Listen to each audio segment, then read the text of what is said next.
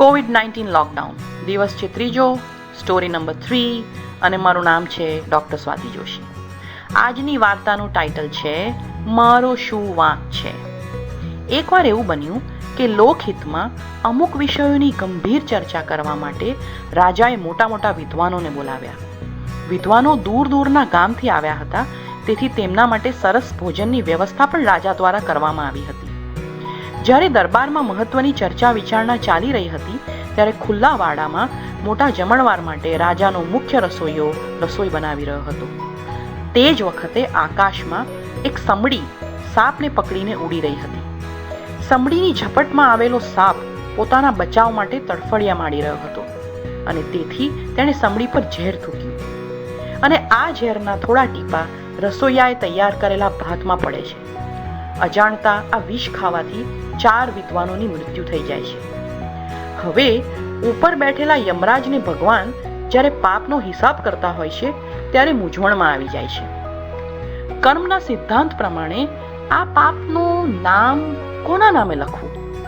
રાજાના નામે, જેણે આ સભા બોલાવી? રસોઈયાના નામે, જેણે રસોઈ બનાવી? સમડીના નામે, જેણે સાપને પકડ્યો?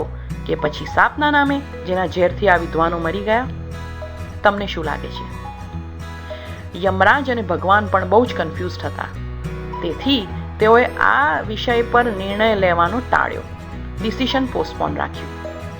લગભગ 4-5 દિવસ પછી આ જ ગામમાં રાજાનો મહેલ શોધતો શોધતો એક માણસ આવ્યો. એક ઝાડ નીચે એક સ્ત્રી બેઠી બેઠી ફૂલ વેચતી હતી. આ માણસે તેને પૂછ્યું, રાજાના મહેલમાં જવાનો રસ્તો ક્યાં છે? પેલી સ્ત્રીએ તેને કહ્યું, જોજે ત્યાં જતો. હમણાં થોડાક જ દિવસ પહેલા રાજાએ 4 વિદ્વાનોને ઝેર આપીને મારી નાખ્યા.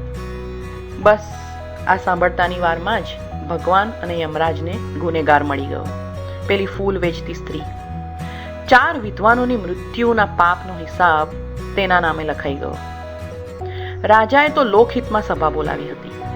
રસોઈયાની જાળની બહાર ભોજનમાં ઝેર પડ્યું હતું. સમડીએ પોતાના જીવન નિર્વાહ માટે સાપને પકડ્યો હતો અને સાપે પોતાના બચાવ માટે ઝેર કાઢ્યું હતું. આ 4માંથી કોઈનોય વાંક નહોતો. તેની સામે પેલી સ્ત્રીએ શું કર્યું? કારણ વગર, સમજણ વગર, આખી વાત જાણ્યા વગર રાજાને દોષી બનાવી દીધો. મિત્રો, વાર્તામાં બહુ જ સરસ બોધ છે. ઘણીવાર આપણને લાગે છે કે મારો શું વાંક છે, હું તો વગર વાંકે દંડાઈ ગયો. પણ બંદૂકમાંથી ગોળી છોડીને કોઈને મારી નાખવું અને કોઈની સામે બંદૂક તાકવી, ઈરાદો તો એક સરખો જ છે ને. આ વૈશ્વિક મહામારીના સમયમાં જગત આખું જ્યારે એક વાયરસ સામે લડી રહ્યું છે, ત્યાં કારણ વગર બહાર નીકળવું, વિચાર્યા વગર સોશિયલ મીડિયા પર ખોટી અફવાઓ ફેલાવવી, સરકાર અને પોલીસને સહકાર ના આપવો, તબીબો અને સ્વાસ્થ્ય સહાયકો અને સફાઈ કર્મચારીઓને અપમાનિત કરવા અને વધારે પડતો સામાનનો સંગ્રહ કરવો, શું આ પણ એક ગંભીર ગુનો નથી? ચાલો આજે આવું કરતા અટકીએ અને આપણી જાણમાં જો આવું કોઈ કરતું હોય તો તેને સમજાવીએ. ચાલો આજે આપણે સારા કામનો હિસાબ લખવાની શરૂઆત કરીએ, જેથી આપણે પણ કોઈ દિવસ પૂછવું ના પડે કે મારો શું વાંક છે. Thank you very much.